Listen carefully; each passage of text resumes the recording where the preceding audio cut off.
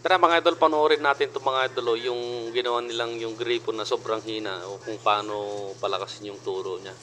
Ayan.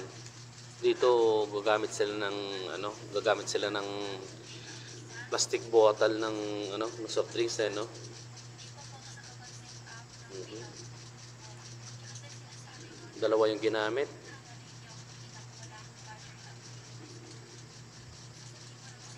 Mhm. Ayan, nilagay na niya. Ganito lang pala palakasin yung mga gripo na mahina mga idol. Lagyan nyo lang ng ganyan. Ayun, so itatry na niya. Nagkarga niya na yung bote. Mhm.